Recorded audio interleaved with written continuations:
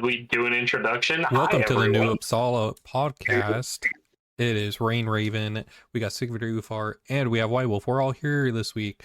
Last week, or last time we recorded, it was just me and Sigvidir, and magically I talked for more than 2 seconds throughout the whole podcast. And I gave myself a pat on the back for that. But it has been about a week, 2 weeks since you've heard an episode, so we appreciate your time and dedication to coming back and listening to us once again.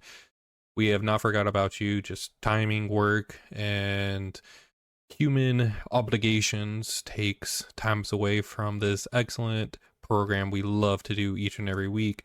So, as we're talking about offerings. Offerings in general, and then we can get in. I'm sure we're going to end up getting into more specifics. Oh, we always do. Yeah, but offerings in general. Raven, do you want to start or technically you did the introduction? I mean, so an offering, right? Could be done in many different aspects. You could do one at a bloat. You could do one in your simple house. You could do a simple, you go out and you're sitting down meditating. If you boil it down, it's giving something. It's not such as a sacrifice, because a sacrifice is giving something that you desperately need, versus an offering, it's, I have plentiful, I don't need this much. I'm going to offer and give some of it back. That is a big glass, White Wolf. That's what I'm talking about. I was gonna say he's not done. So that's how I tell the difference, and internally I do the difference between a sacrifice and an offering. As Sigvidir, White Wolf, you can talk about it when you could talk about the difference if you want to, or you could not. I don't really care. But in essence, you're given something that you have plenty of, or you're helping out if you can. Sitting down meditating, that's an offering. We only have, or a sacrifice, we only have so much time on Midgard, and we're dedicating some of it volunteer work, helping out, and just playing around with your family, or communing with the gods in a religious aspect. So yeah, I'm done rambling. All right. So, offerings normally is something you have that you can give up. Whereas sacrifices are something you need, want, have very little of, and is given as a sacrifice. Now, inevitably throughout this conversation, blood offerings or sacrifices in that aspect will come up. Yes, they were practiced. Yes, they're still practiced to this day. Some people don't like it. Some people believe that that's the only way that it actually works. Yep, it's a thing. But sacrifices normally mean something that you cherish. It's kind of a blurred line. So most of the time, we can get into the low bloat and high bloat idea of things as well, which is, in my opinion, silly, but that's my opinion. I know some people that die on that one.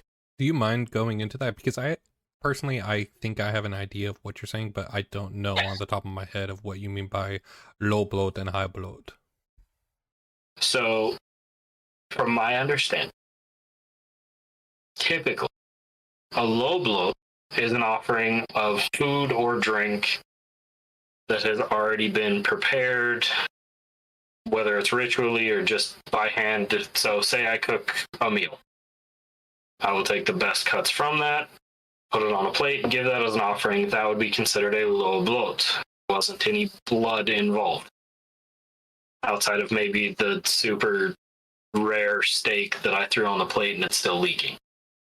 But a high bloat, on the other hand, is normally a ritualistic offering of life in some aspect or another, whether that's your own lifeblood in a small amount or an entire cow.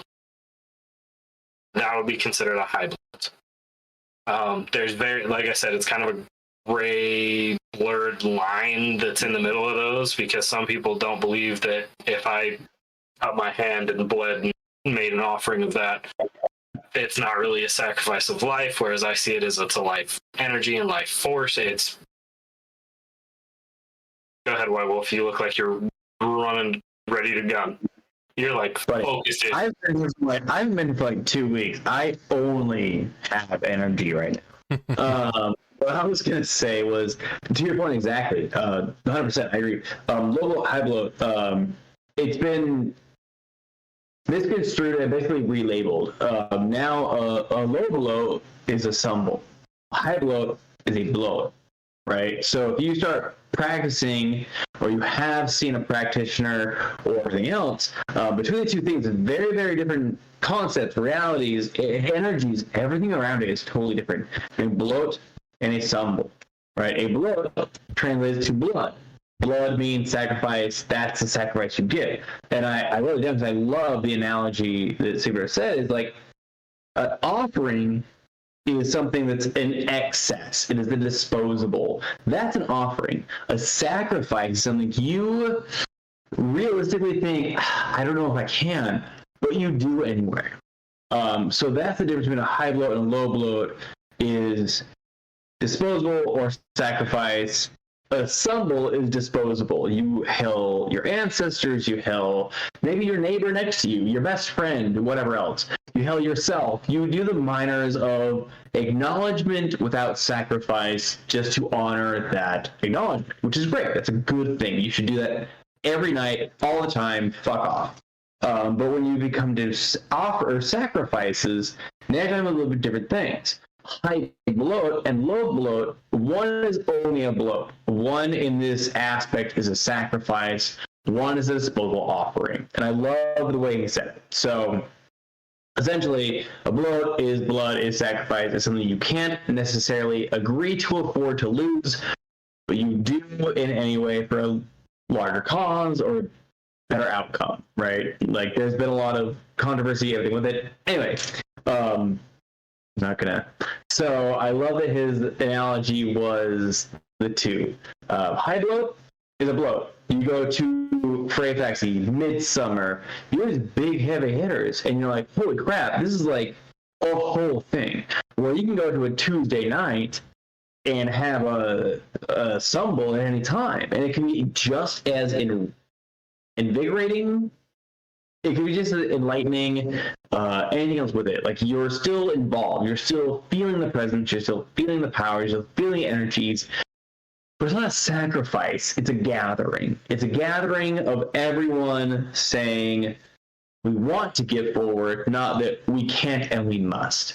So it's a good thing to have. So I think exactly what he said. They're different. Back in the day, they're high bloat, low bloat. And in a very layman's terms, it's bloat and symbol, and or ritual or gathering of like, I'm gonna have a barbecue, or I'm gonna throw on Midsummer, and those are the two differences. If I understand Sigurd Ubwada correctly. Correctory? Yes. Well, I said correctly, and I was like, no, that ain't right. Yes, and you understand the gist of what I was trying to say. Yeah. So typically nowadays, high bloats are considered blood offerings, so life in exchange for. And that may just be what I've heard and understood from it. However, I do kind of want to touch on this part of this still happens to this day. And it's still fairly commonplace that things will be ritually sacrificed and given to the gods.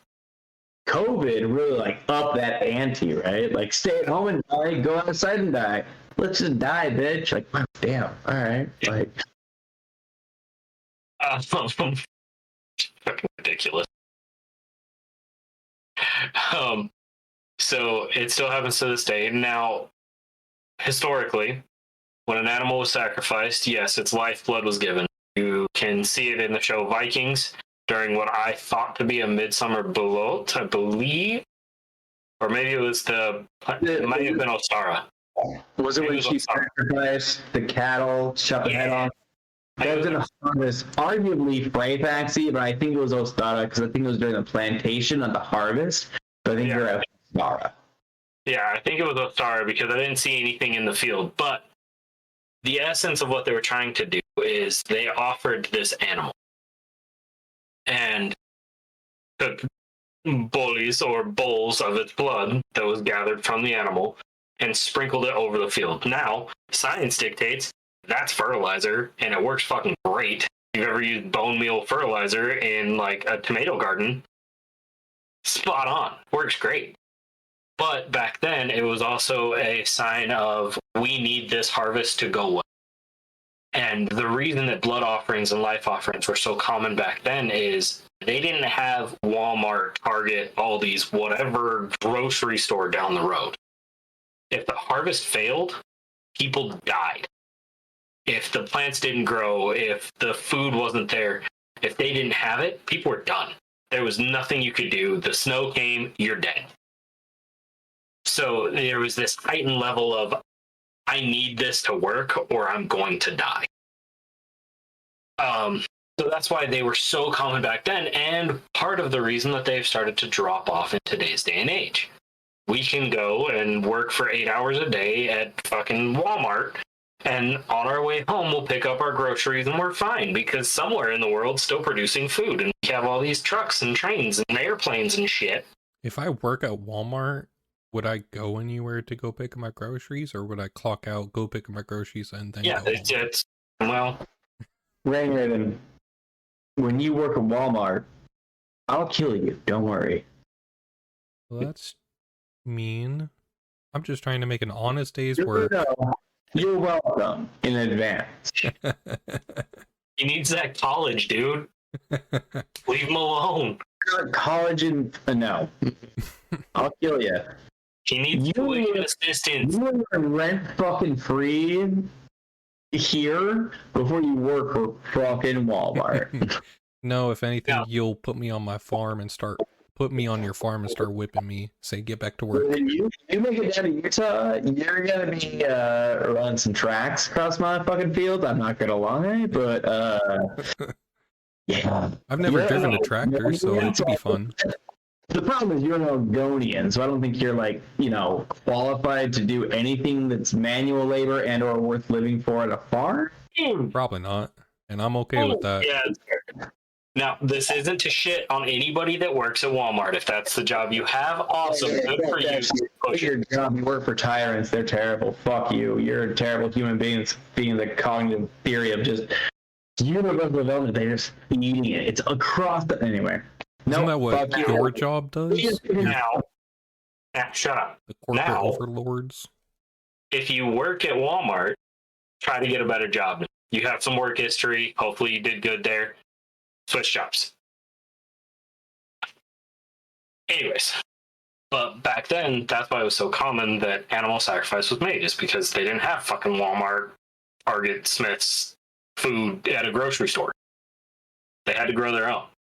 Now, in today's world, we can do stuff like that, where it's not as big of a deal. And it's very unlikely that you're going to go hungry here in the U.S. Preface that. It is unlikely that you will go hungry in the U.S. unless you are so far down in the dumps that you have no way to even get to a soup kitchen that's down there. If that's the case, use your legs. There's no excuse at that point. Now, that's why they were done then. And that's why this distinction and why blood offerings have started to fall off. Not to mention PETA, they hate us, it's fine. But this will stir a pot. But I personally do not like the idea that we do not make these offerings anymore. It irks me personally that offerings to that extent aren't made, at least within the annual cycles of the year. And you're discussing right now, to be clear, we're discussing your annoyance with blood offerings, Yes. and or is it sacrifice? Now, there are a lot of sacrifices that take place in scientific labs. There's no blood per se. So is it a cadaver type sacrifice, or are you talking about literal blood sacrifice? Blood sacrifice. So PETA hates. It's gonna get crazy. PETA's gonna fucking hate me. PETA is just, I'm not. Yeah, I don't care. People eating torrential assholes. Like, they can just fuck themselves. So, The like, probability of someone from PETA listening to this is very low, so y'all, For now, actually, realistically, it's not that low. If you guys really want to know, because of what I do for a living, even the last couple of weeks, I ran the world's largest outdoor rodeo. Now, if you want to know where PETA wants to hang out, it's right before bulls get ridden. They're real solid there. In Portland, during PBR, you'll have 2 miles of PETA before you get to the indoor arena to watch a rodeo. So, why, Wolf, you can ride my bull. yeah. So, fun fact, I deal with PETA actually often. But anyway, I digress. Go ahead. Sorry. I personally believe that the gods may not have changed their opinions on these offerings. Some people claim that it's just not necessary. Some people claim that it's not ethical in today's world. I disagree entirely. I am not a heathen for the ethical ramifications of what I do. I am a heathen because I follow my gods. And if someone wants to believe, and I'm not going to shit on anybody's practice, I just want to say this. If you believe that the gods have changed their mind on all of that, go pick up a Bible. But I do not believe the gods changed their minds on this fact. I believe a lot of issues for individual communities could be solved by doing these type of things again. I believe the togetherness of that, not to mention the preparation that has to go into these offerings. These are not just random animals you pick up off of a farm. There's a lot of prep work that goes into that. I believe that would foster a larger sense of community and prosperity in communities in today's world. Personally, the second I have the opportunity to, I will be starting on my farm, and that will be part of what I do. I will be restarting that. You can hate me, love me, disagree with me, that's fine. My practice is my practice, yours is yours. But that is one thing that I plan on bringing back, at least for myself, and those that wish to be part of that, into today's practice. I'm done rambling. Okay. So here's my counter argument and agreement. I think blood sacrifices can still be used today, but I don't think it's necessarily to the fact, because if I am going to do an animal sacrifice, a blood sacrifice, like you said, I need this to work. I'm putting all my cards on the table. I sacrificed an animal that will either give me warmth, give me food, give me calories, and all the other, give me, something to trade with, because back then cattle was money, or animals in general were a form of money. So in that end, I'm putting all my cards on this table, trying to get this field to grow. I don't have that issue. I think if my intentions are that severe, then it's appropriate. But none of my intentions were that severe that it needed all my cards on the table. So, and for like bloats and everything like that, there could be spiritual significance, but as you said, there's prep work that needs to be done. The animal needs to be taken care for, needs to be one with the family. Like, it's a true honor to be the sacrifice animal for a bloat, and all that stuff. But I don't have the capability of doing that, nor do I have the intention to. I think there's alternatives that I can go and, pivot my offering / sacrifice, sacrifice my own life force instead of, or something of the same weight, but not to that level.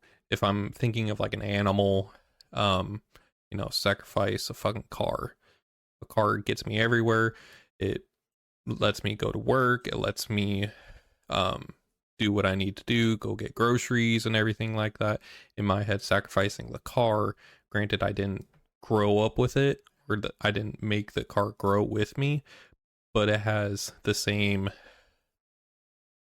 monetary significant and impact. I would say spiritual impact as well. Everything's all spiritual in that sense. Right. But it has the same weight as sacrificing an animal. In my immediate avenue, I would say my car. I understand your thinking. I see where you're going. And I rode that line too for a very long time. I was of the opinion that if the need was great enough, I would, could, should, if the need was there. However, and this is fairly recent, we say recent, but I'm as so ridiculous in my life as well as most of ours that it's. What was that? Pay no attention. Okay. That was just funny. So I wrote that line too, that if the need was there, I could, or I should do it, would do it. But I had to take, in my personal, as a Gothi, I had to take a step back and look outside of my personal and look at a community-wide sense of things. Of, does the community, not necessarily just heathens, but the community as a whole, do they need that? But that gift, that sacrifice, that life force help the community as a whole. And that's what those offerings normally were anyways. It wasn't just that person's farm. It was an offering or a sacrifice for the community as a whole.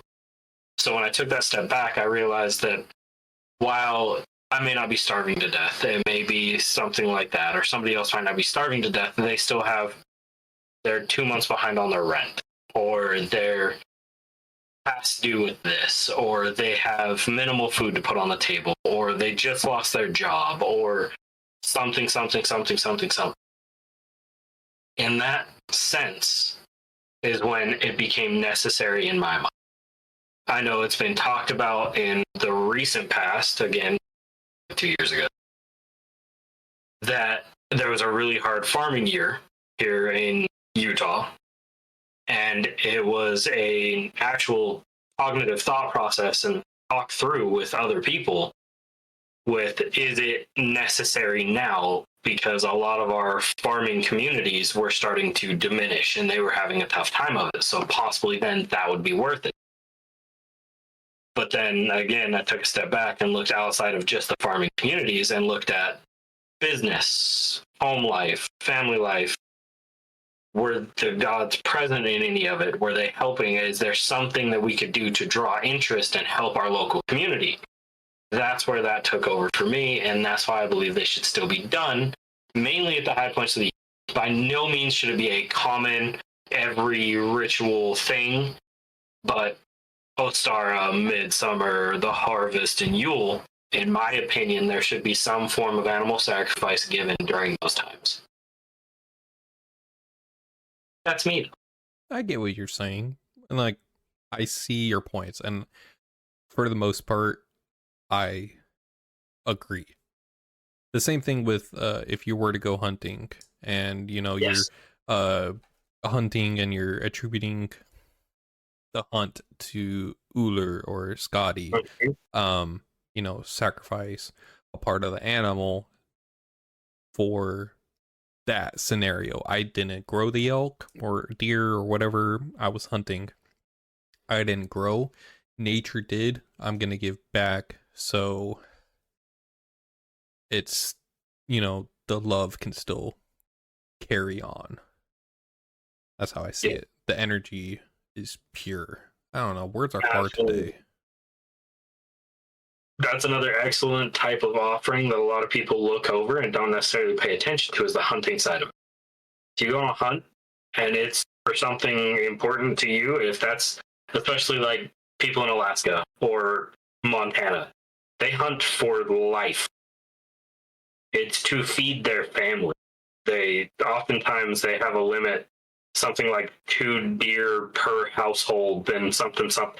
Like, they have limits like that where it's known that that's going to happen, and most families are going to take in that harvest because that's the only way they're surviving. But a lot of people overlook that idea of the hunt being part of an offer. I personally, when I have hunted, will go out before I even start. So I'll get to camp, and right then and there, I make an offering of the food that I've brought with me, make a plate, and say, Uller guide me on this hunt, being that he is the greatest huntsman of the gods, and he is who he is. I will make that offering, and sometimes I will let it sit at the edge of my camp and let the random spirits of the forest just take it and do whatever they want with it. I've slid. There was one time I had a pork chop. I fried it up on a cast iron, blah, blah, blah, did all my stuff. And I looked at the pork chop. I looked at a bag of beef jerky next to me, and I knew it was going to be a hard hunt. So I went, well. So I took that pork chop and went and sat it on a tree stump. Just left it there, fully cooked, ready to go, made my offering to the land whites and to Uller. And when I woke up in the morning, there were bobcat tracks around the stump. And I was like, well, something took it, so I guess that works. About 6 hours later, I started going out, and I had a successful hunt. So immediately after that, I took the heart of the animal that I had harvested and put it on that same tree stump. Clean, gutted, refrigerated, did all my stuff with the meat that I had, and woke up the next morning to drive home, and the heart was gone, and there was more bobcat tracks around that tree stump. So I was like, cool, well, I made my offerings, and that's perfect. So yeah, that's another type of offering that you can do, is while you're hunting, offer a part of a successful harvest to Uller or to the land whites, the land spirits, in respect. Yeah. Yes, I agree. Always offer that you're given. It's an old verbiage, and I'm probably going to butcher it because I just don't remember it all the time, but it's what is it? Don't reciprocate good fortune. No. Don't reciprocate good fortune with bad manners. Something like, if you receive something good, whether it be happen, chance, or dedication, don't reciprocate or don't pay back in a misfortunate way. Don't act like you own it. Don't act like you deserved it. Don't not say thank you, kind of a thing. So that's, yeah. Yes. Very, very important sizes. Now, the other part of offerings, unless Rain Raven has something to add with the pooch attacking him. The dog was just attacking him for the listeners. He got spooked. There was like fireworks going on, and it's fucking August. It's weird. No, somebody just got shot in your neighborhood. That wasn't fireworks. It was not a gunshot. But where he lives, he went there, asshole. Like, we went from southeast Portland, Oregon, to his place. You heard gunshots when you got to my place. Yeah, it was fine. Whatever. You heard gristle from grilling a steak at his place. It's different. You think you heard fucking gunfire? Motherfucker. Between the three of us, cool right now, you're the closest one to gunfire. You Ogden little bitch. Yeah. Cool story. My neighbor's car got shot at like 3 weeks. What the hell? Someone needs to I went take an outside to take those offering. fireworks. Now that is a sacrifice. They need some drastic change right there. No, yeah. It was funny though, because I heard him going off, and I thought it was fireworks, because it was right around the 4th of July. And I was like, oh, cool, fireworks. So I walked outside on my front porch to like look around.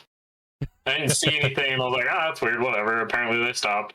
Nope, my neighbor's car, like less than 50 yards from me, was shot 8 times. Nobody was in it. Everybody's fine. But his car got shot at. I was like, oh, that's cool. I walked outside in my boxers, not prepared to handle anything because I thought it was fireworks. Anyways. That makes me think of the Kelly Clarkson song. What? The Before He Cheats. You know. Oh, yeah. Well, the car. Yeah. Yeah. Maybe. I don't know. But another part of offerings. I have 2 questions. Okay, go. 1 for each, 2 for both. Hmm? Math? That don't make no sense. Rain Raven. This is me right now. This is Rain Raven to me. Tim, if you're like here. Yeah. Over there. Is this you now? Yeah. What? You're down here. What are you doing? You get it? No. I'm pointing at you and you're responding. Rain Raven. What? Motherfucker. Oh my god. Alright, shut up. I try to be cool with it. Eat a satchel of Richards. So, Random. hey, asshole. To you, see what I'm doing right now? This is like. You're a This is bitch. crazy shit. How high are you? No! Actually. Oh. Oh, I totally forgot about that. Oh, she did something. No! God!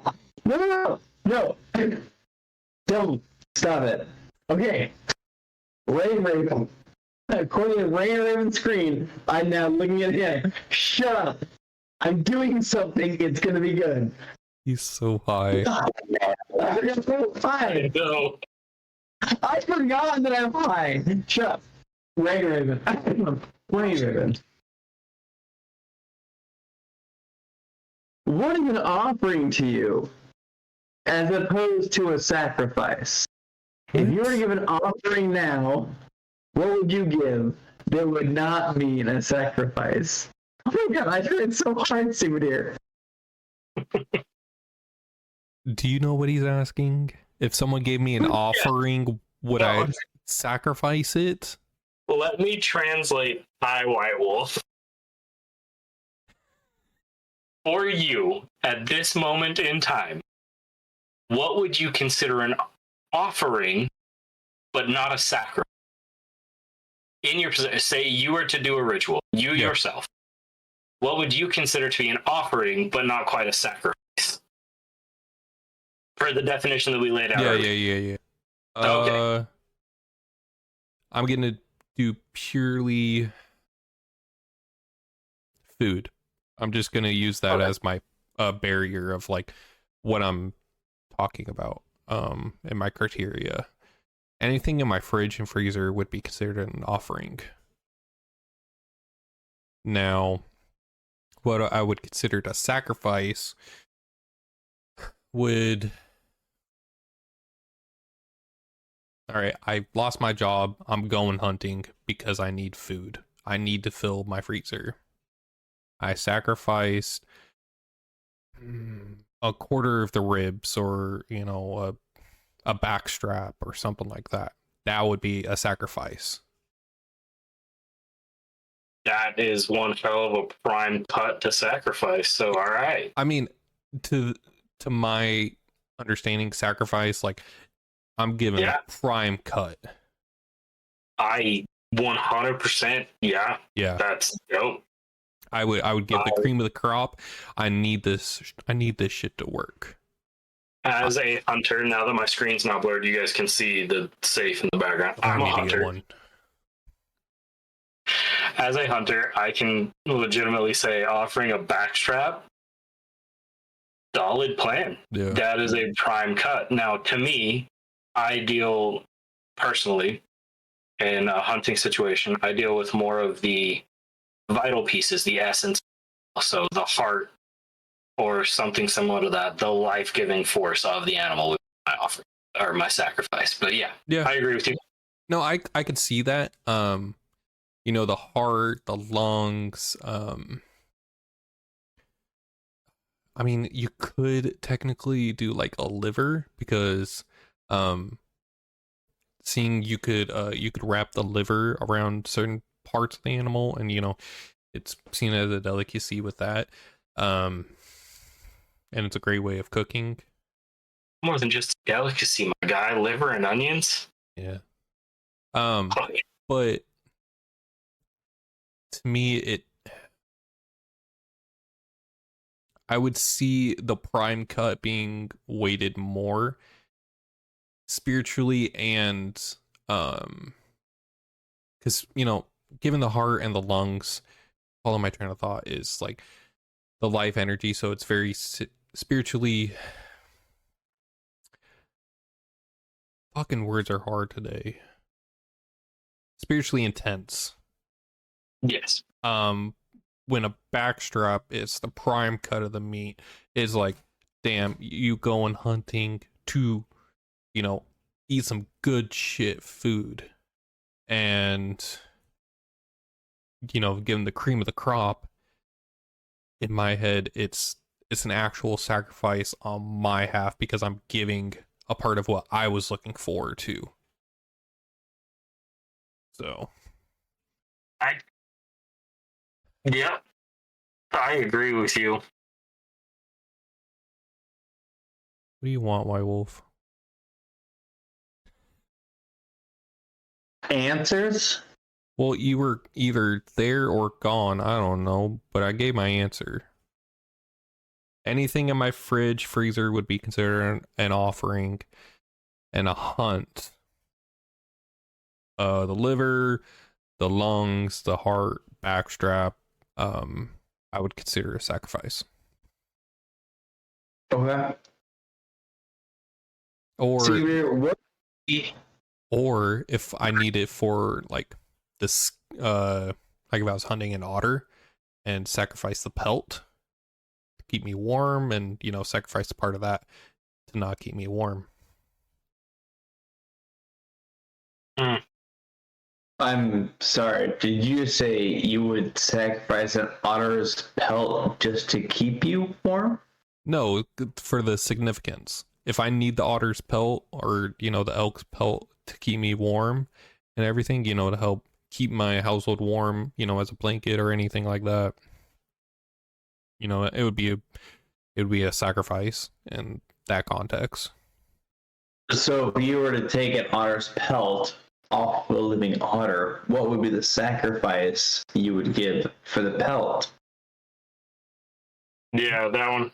I understand where your thought process went, but I think it was way. What do you mean?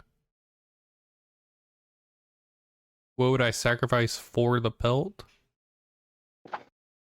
So, sacrifice an otter. Yeah.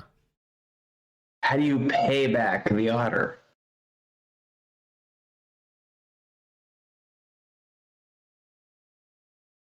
What? I understand what he's asking. Okay, hold on.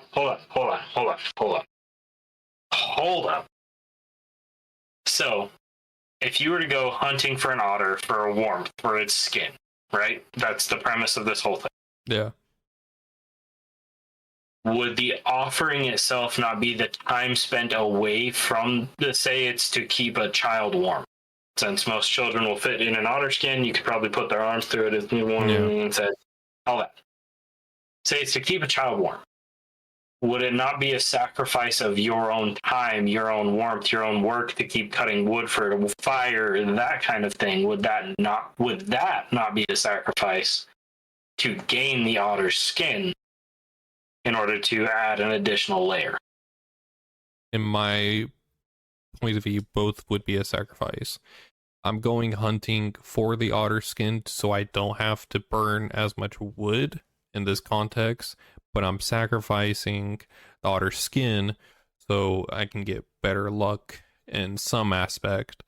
But in turn, I'm also having to keep on burning the same amount of wood, if not more, depending on the time of year and, the time, distance. Time is relative. I would see both as a sacrifice. Interesting take. An offering is what I have plenty of, and I don't necessarily need it. A sacrifice is I need this shit now. Its significance that's how I value between an offering and a sacrifice. I understand your point. My brain goes a totally different, but I understand your idea behind that. Well, Wolf, you're the one that said you had like 17 questions. Yeah, what was the other one? Oh, shit. You forgot already. Oh, no. I've had like a billion more based off your timeline ratio and explanation. Oh. Fuck. Okay. What was the Rain Raven? I assumed it was the same thing. What would differentiate between the offering or the sacrifice of a bloat and or a stumble? Right? Sure. Now, Rain Raven, I said, what would you give as an offering? So as an offering of a sacrifice, we kind of piggybacked a little bit with Simulated Ufara. So I'm curious. We talked about all different levels of sacrifices, what it means, what it could mean, float, symbols, what the fuck else. I'm curious as to Simulated Ufara's aspect of what to you is something that most heathens, if not every heathen, has that is disposable to give to the gods, and or what is so important that instead of something as simplistic as a symbol, in any aspect is a living representation of a sacrifice to gods instead of a offering to a god. So what do you think every heathen can offer? And what do you think the basis core is something that every heathen can sacrifice? Great question, White Wolf. I like it. All right. So, offering. We'll start there.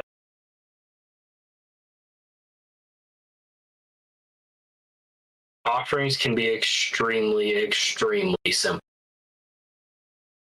That's what a lot of people don't get. So, personally, I make offerings to Air, the goddess of healing, the surgeon of the gods, the medical woman, one of Frigg's handmaidens. We have a statue of her on our mantle above our fireplace. She's very important to our household, being that my wife works in the medical field. Oftentimes, I will offer Air fresh, clean water. Sorry, Flint, Michigan, you're excluded. But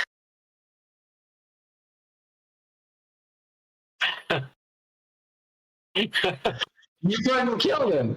What did you do? I did. How is Flint, Michigan a trigger? That's fucking funny.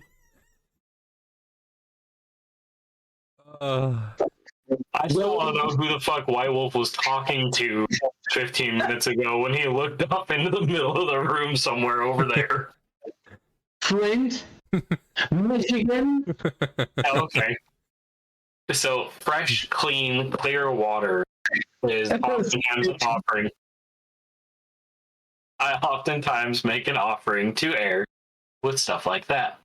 I've also offered certain medical ointments. Neosporin was one that I used.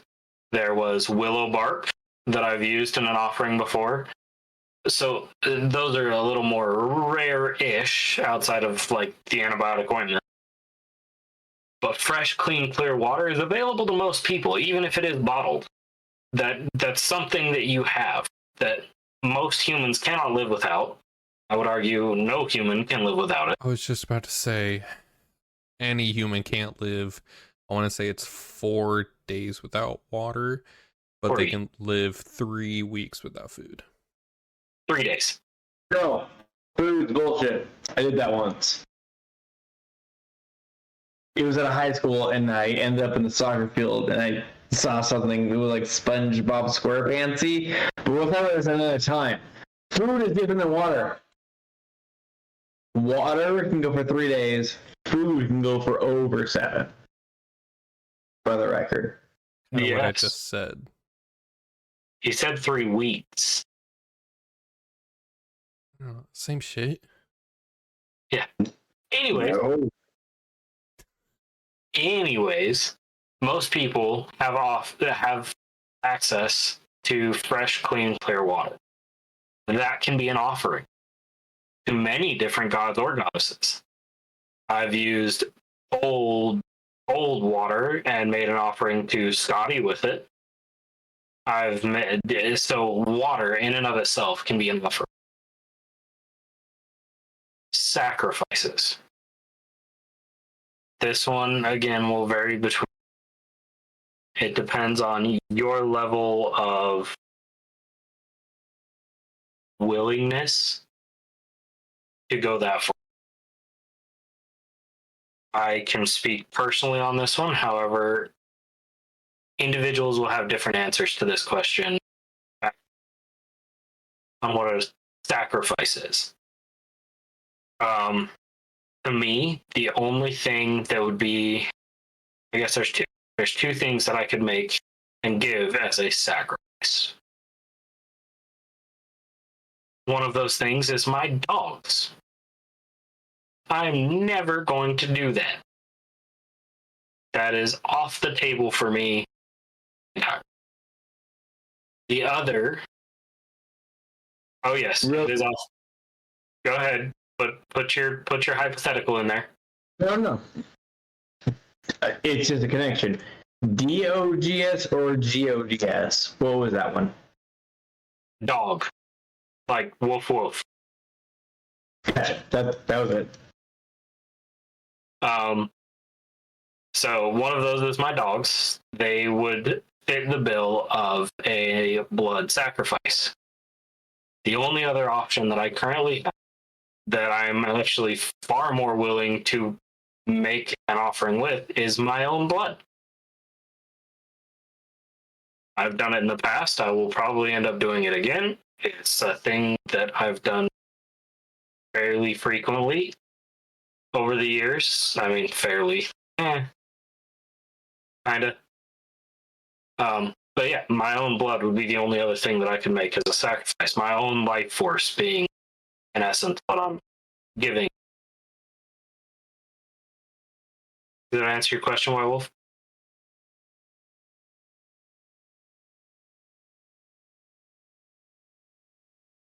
Yes.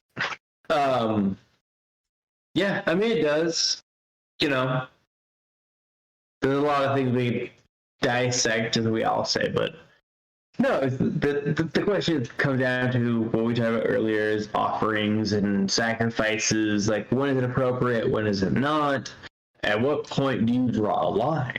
Now, it's very easy to get wrapped up in the romanticism, mysticism, or whatever else of what we do, but the realistic standpoint is that you have to abide by certain things. Now, any heathen that somehow comes across a society in which they kindred clan gathering folk circle, whatever you want to call it, a gathering of folk needs to recognize their own restrictions and or sacrifices as well. If they're asking more from you than what you feel is correct, you should get out of that situation. Now, in these times, we talk about offerings, it's hard to say, fuck.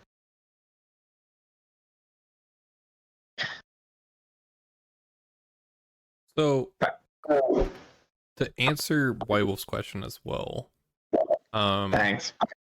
I think something that could be considered an offering and a sacrifice, because if it's both bills, is your time, your energy.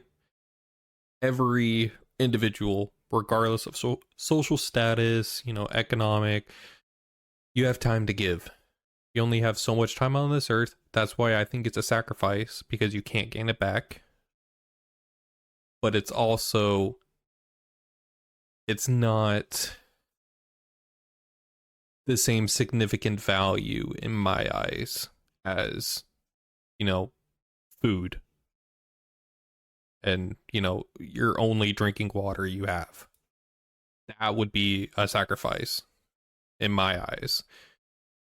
So I think time could be used as a sacrifice and an offering. An offering, you're sitting at your offering or your altar and you're just communing with the gods. You're meditating. You're showing witness. You're, spending time with them. They've been ignored for hundreds of years and it's being revitalized again in modern day.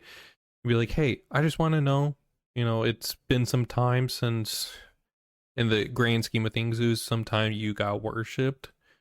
I'm here to show you that you're being remembered again and you weren't forgotten. But then sacrifice time, you're going out a community member to help them move. You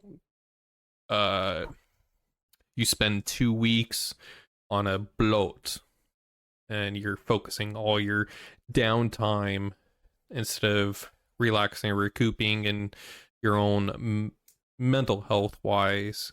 You're sacrificing all of that so you can give the best bloat you can. So yeah, time.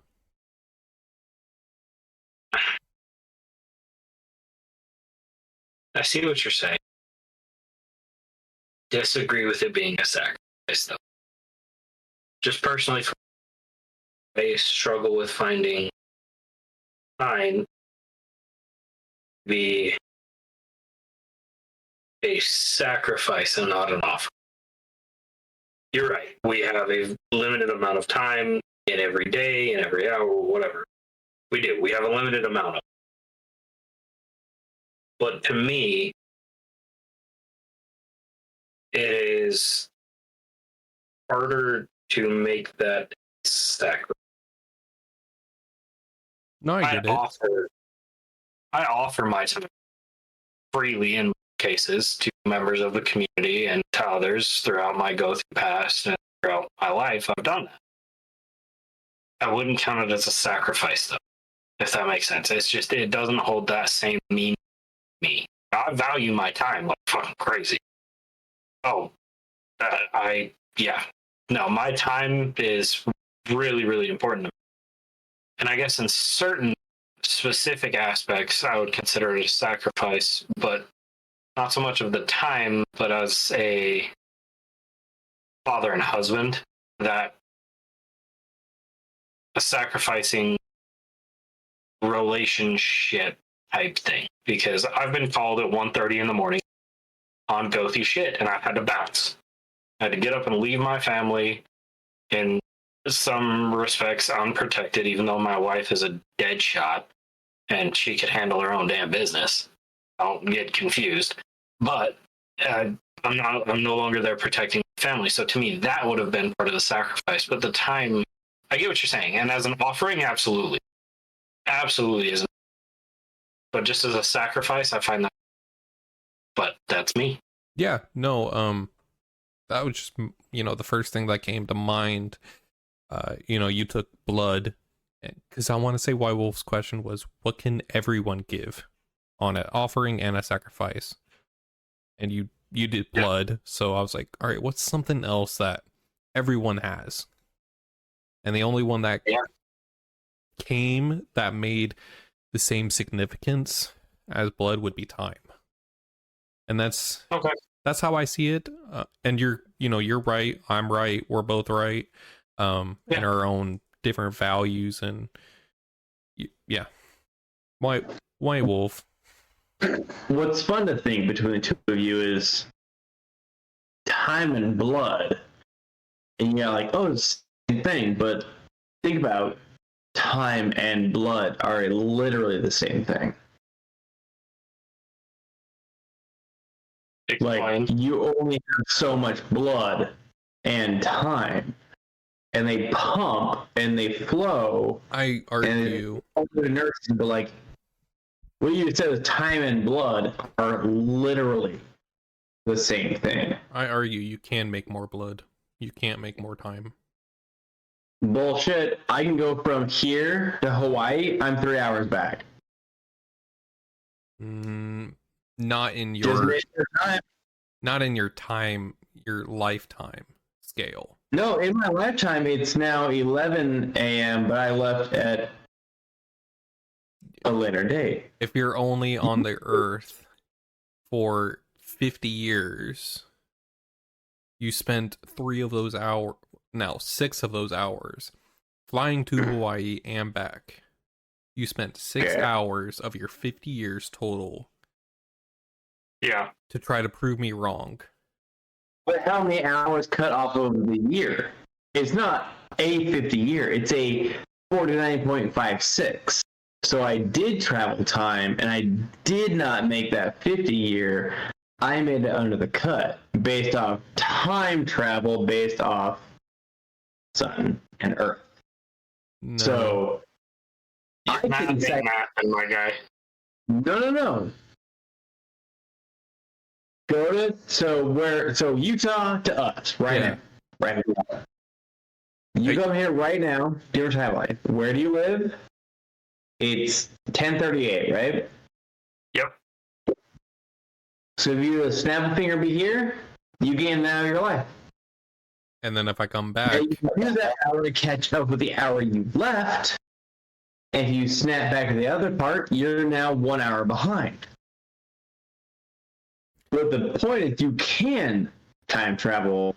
The difference is the actualization of whether it degrades the body more aggressively, or it's just a simple realization of time-space continuum on a more realistic physical scale. Is this a scientific property, or is it a biological property?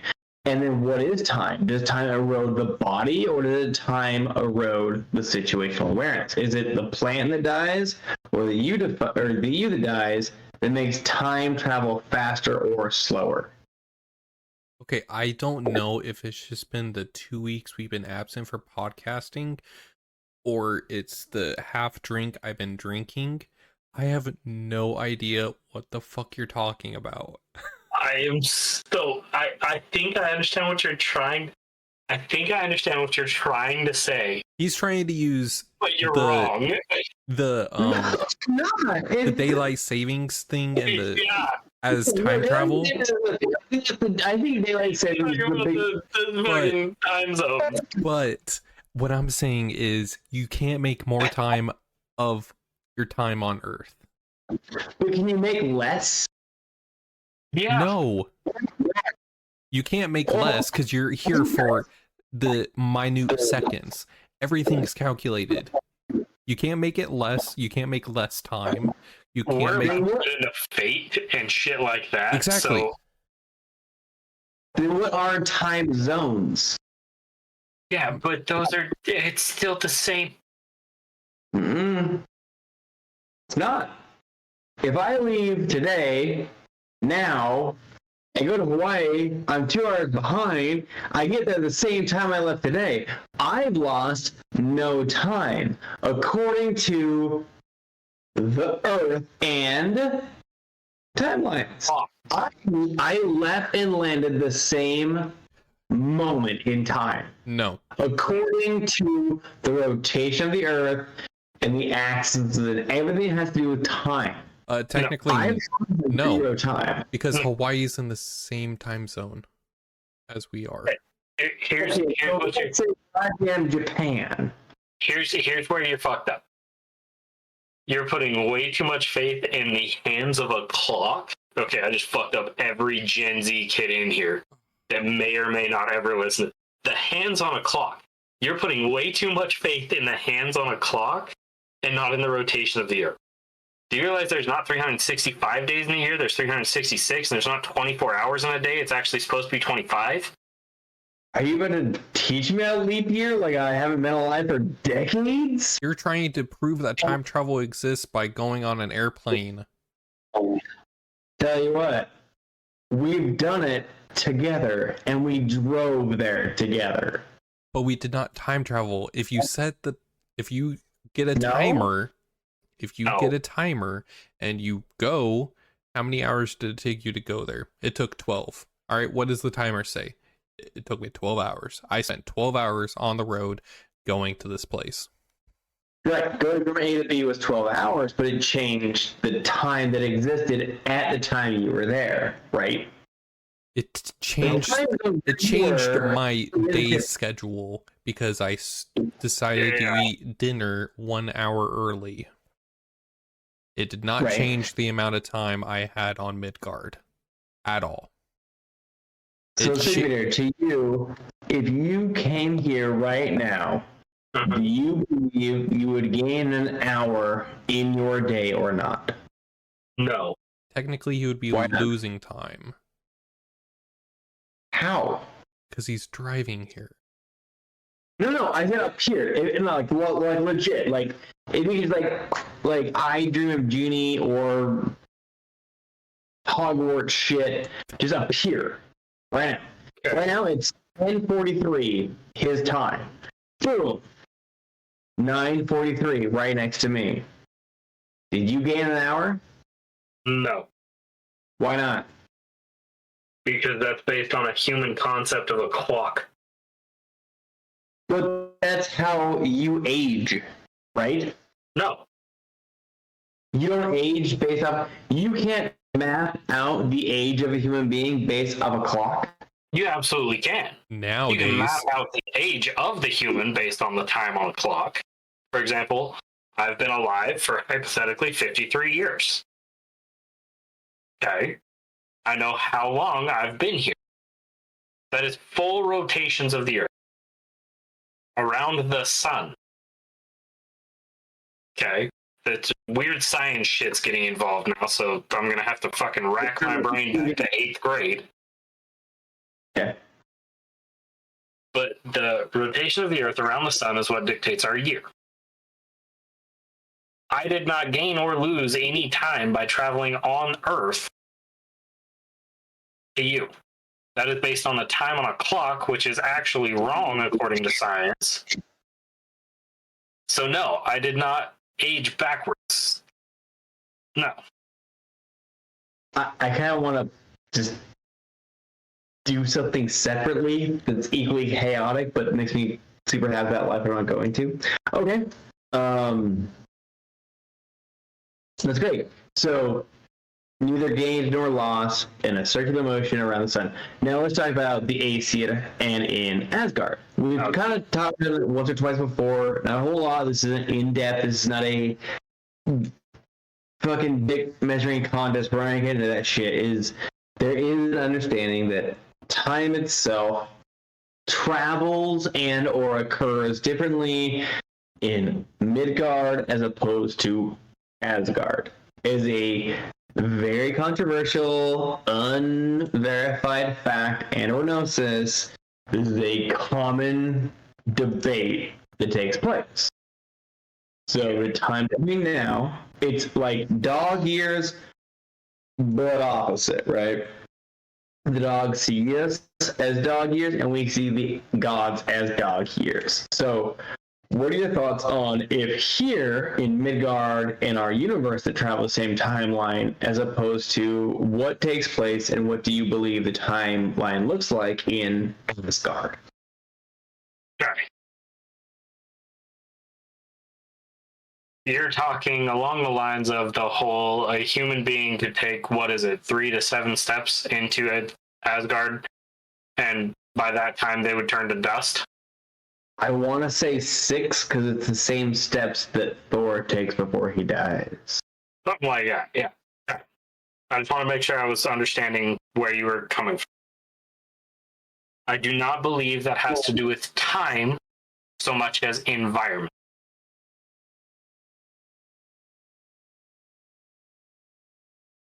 I don't believe it has anything. I'm still listening. Go ahead. Yeah. I just don't believe it has anything to do with time so much as it has to do with the environment around it. So if I were to go to Venus, Venus, whichever one's close to the sun. What's funny, I thought you said Phoenix, and somehow I felt worse for you to go to Arizona as opposed to Venus. Isn't Mercury the first one? Mercury, Venus, Earth. Yes. Yeah. Okay, so I end up on Mercury. I would get fucking burnt alive in a matter of seconds. Like, nuclear, I think, I might be wrong. Neil deGrasse Tyson can correct me if he so chooses to pay attention to our bullshit. But I'm fairly certain that if I stepped foot on Mercury, I would just fucking spontaneously combust and burn into ash. Yeah, because it's just that fucking hot. Versus if I tried to step on Pluto, on the other end of our fucking universe, I would freeze to death before I stepped foot out of fucking space shuttle. Now, that's kind of my basis of this is, I believe if a human walked into Asgard, it would be environmental issues that caused that to happen rather than time being what causes it. Brandon Evans, what are your thoughts? Do you think time is not linear but perpetual regardless of the realm and or place you're at? If you are here at the same time you are here in Asgard, this time you are here in Hell, this time you're in Muspelheim, and or the East Coast, are you doing the same exact moment in time? Times ahead, time before, times above, times below. What are your thoughts? I think in the grand scheme of things, we're all on the same timeline. It's only the time seems, we're all on the same timeline, so there's no time travel or anything like that. It's more along the lines of an Aesir can live 1,000 years. One day is one lifetime for me, in that grand scheme of things, or in the math way, 1,000 years, so average human's about 90, so I would live less than a decade of their life. That's how I would see it. Time is a human construct as we're trying to control it and try to identify what everything is going on, but it's the same timeline. I don't think there's more than, there's an Aesir timeline, there's a Vanir timeline, there's a Midgard timeline, there's a Hell timeline. I think there's just one timeline, and the drasticity of the environment changes on your view of what time is. So there's another piece of this too. Well, go ahead, Werewolf. No, I agree to a degree. let's say we live in the same timeline. My dog is born this year. Mm-hmm. But somehow dog years? So Dog years are a made up shit. that's just our way of like justifying why dogs die at the age of 14. They're like, all right, let's put it in a human construct. All right, if humans live an average about 90 years, all right, but dogs die at legendary age of 14. All right, well, let's try to make it into a human construct. Dogs are only here for a certain amount of time. Humans are here for a certain amount of time through evolution and everything. We've grown our lifespan with modern science and healthcare and everything like that. And I would argue animals, I mean, it's been proven that a captive animal versus free animals have different timelines worth of lifespan. Okay. So in that same concept, the Aesir or an Asgard are watching humans take place. And they justify our degradation of human sense and or physical essentially physical to their timeline. Yeah. Now, does that mean we are younger or older because we claim dogs to be 14 and be legendarily old? I think if That's the same timeline with the Aesir. If humans were to Asgard in age like dogs to humans, yes, that would make us legendarily old in their timeline, where to us, it would make us basically pups to their elders. yeah, we are. So in this aspect, I think it would be attributed to us, you know, to humans. Dog years, they live short lives. They live 14-year lives compared to us. Now, when it goes to Asgard, Aesir to humans, the Aesir are the humans, and we, the humans, are pups. We're the dogs.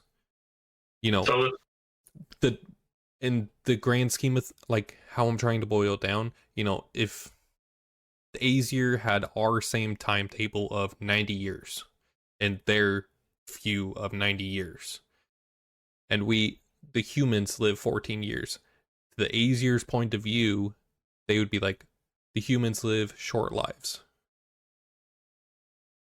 yeah, okay. So I did the math. Very similar to how we calculated dog years.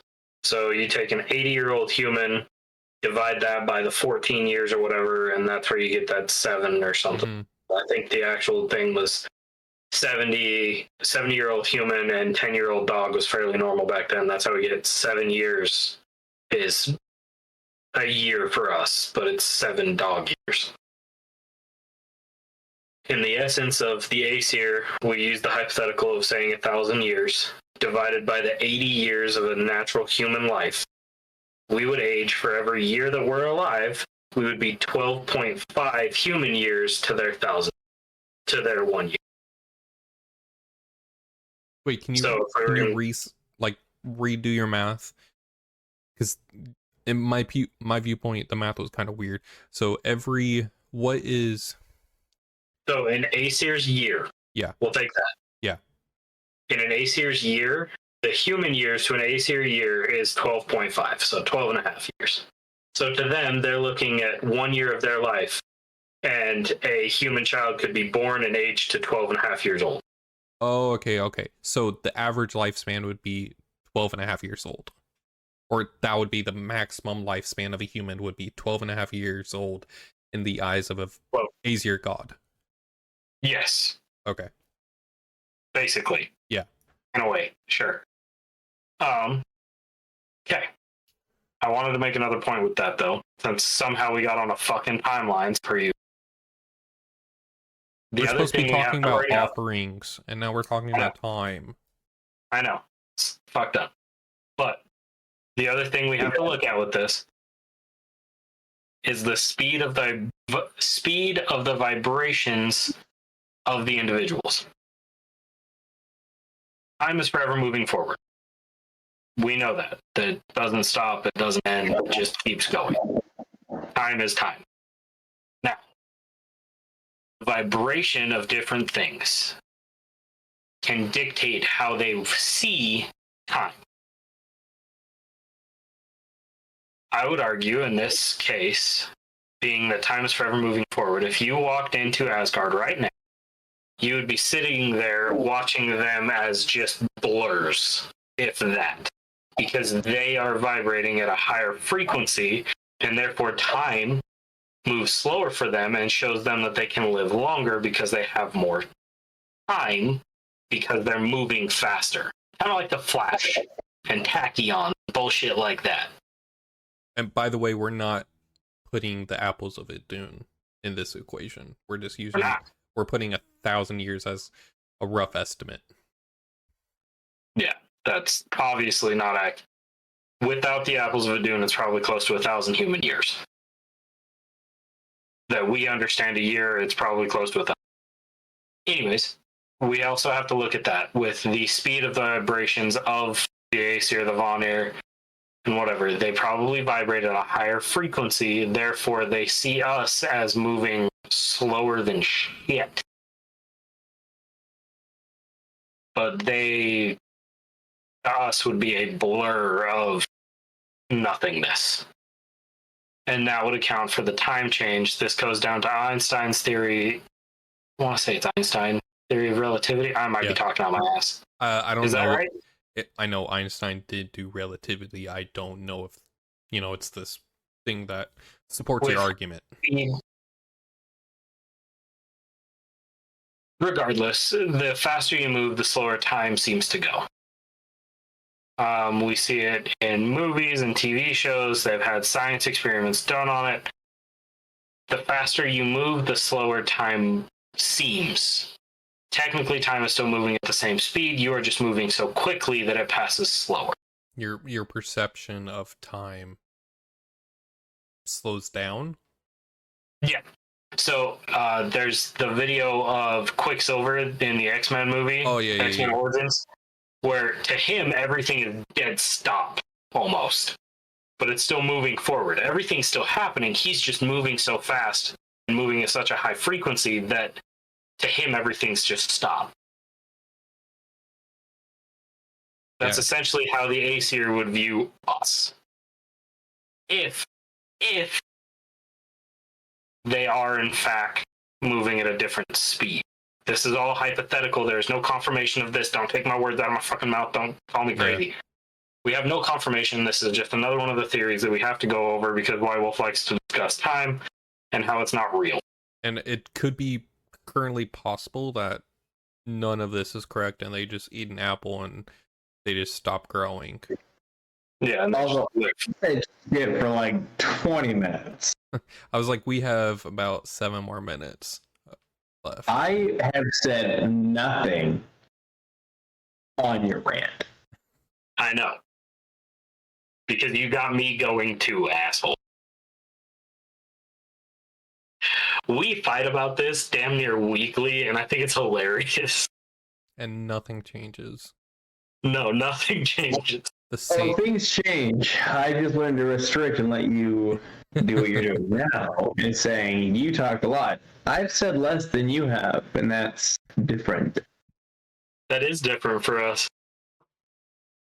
All right. Cool. But yeah, offerings. Oh, wait, didn't White Wolf have another question? Oh, probably. No, ask both of you the same question. That was the 2 questions. Yeah.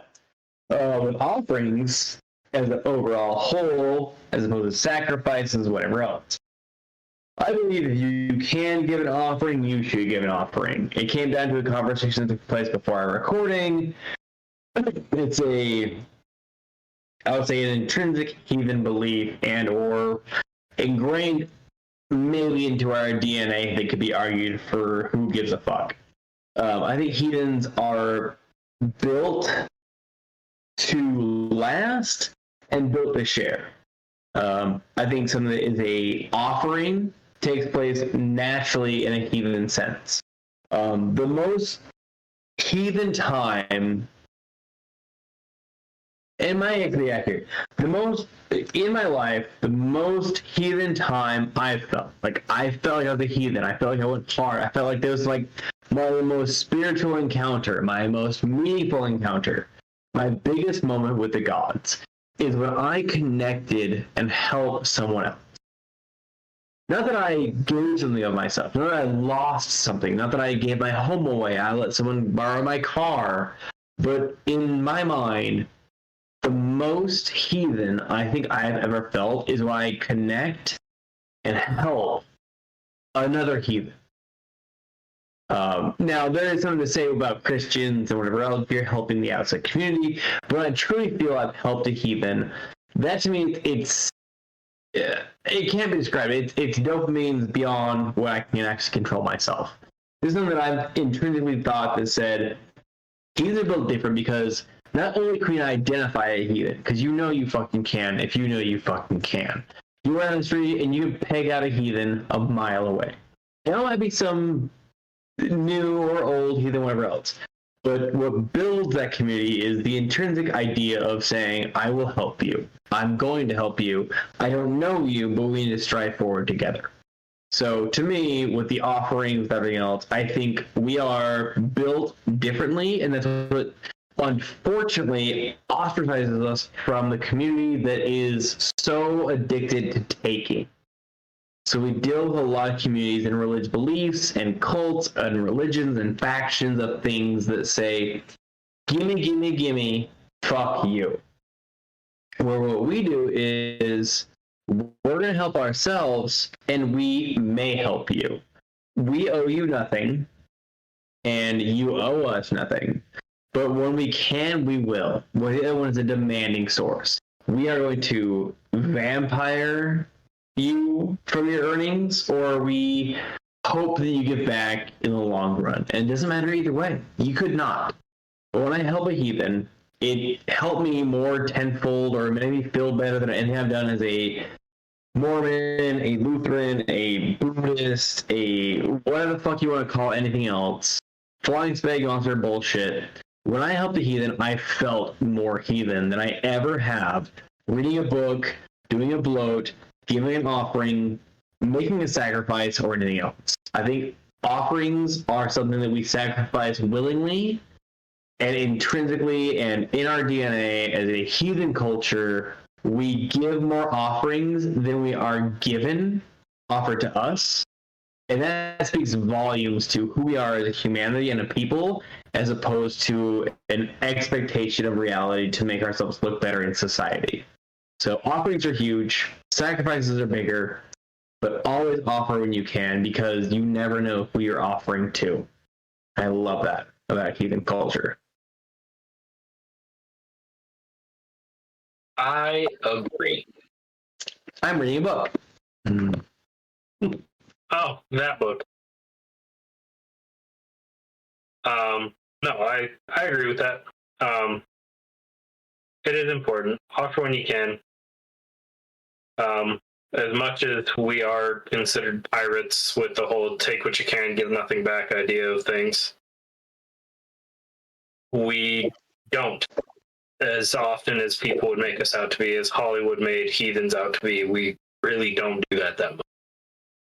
Normally we keep to our own, especially in today's world. Obviously there's no way to discount the stuff that happened in the past, because that was reality. But in today's world, we are far more willing to give than take. Now that can be a whole other conversation with my wild beliefs, but I agree. I think what you said is, like, it's giving, it's not investing. An investment means you're giving something forward and expecting a return. Giving is sacrificing. Like, I can give my money into an investment firm. I expect that investment firm to turn it back around and give me a profitable outcome. But if you're just giving to help someone do something, you're not expecting the return. And I think that's the biggest difference between investing, giving, sacrificing. It's a whole different thing. I agree. Look out for your fellow man. Make offerings to the gods when you can or when you need to, and judge accordingly what those offerings are. Rain Raven, do you have anything to add? You're awful pretty, but you don't talk much. What? You haven't been saying shit this episode. Me? I just went like a 20-minute rant. I don't remember what I said. I'm miles away right now. Your 25-minute rant was 2 minutes. There's a 2. So yeah. Offer when you can. Don't be a greedy little bastard. Greed taught us one thing in the Codex Gridius. Don't be Fafnir. You turn into a worm, snake, dragon. Because you hoard on to everything. Learn to give it away. Yes. We raided so we can gain social status and everything back in the ancestral times, but it was more along, it was seen to try to make your family lives better. So in that point, it wasn't selfish. You're trying to make your children's life better, and the trickle down effect. Hopefully, they try to make their children's life better. So in the grand scheme of things, you go from a peasant to an elderman, and that's your train of thought of trying to make your children's lives better. Yes, you help out when you can. If your neighbor asks you to take out their trash and their trash can and put it on the street so trash can get picked up, fucking do it. It doesn't hurt you.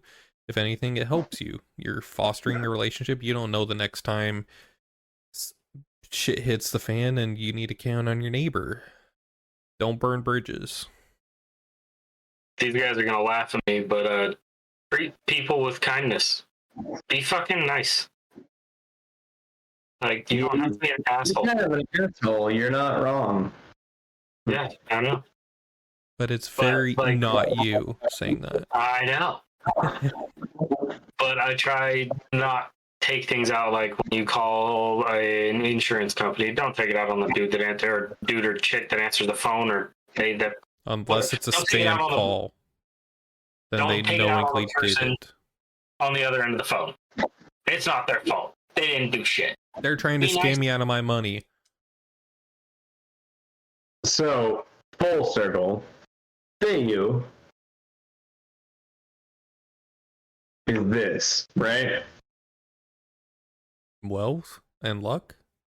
Wealth, distribution of your good times, well-being, not sacrificing others. It's offerings that you can afford to give to better someone forward.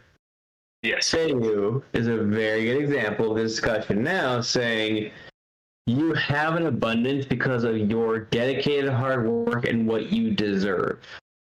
Now, if you so choose to make circular wealth of the galaxy, your universe, your timeline, whatever, is Thayu. The distribution of wealth based off what is deserved and not just sacrificing. You're offering your overabundance, but you're not sacrificing your survivability. Right? I need 10 oxen to survive. Well, I have 14. So I will keep 10, I will give 4.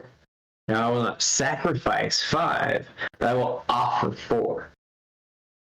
So Faye was a very big moment of this time in the conversation, saying this rune can completely relate to the conversation at hand, saying sacrifice, offering, distribution of wealth, and helping others.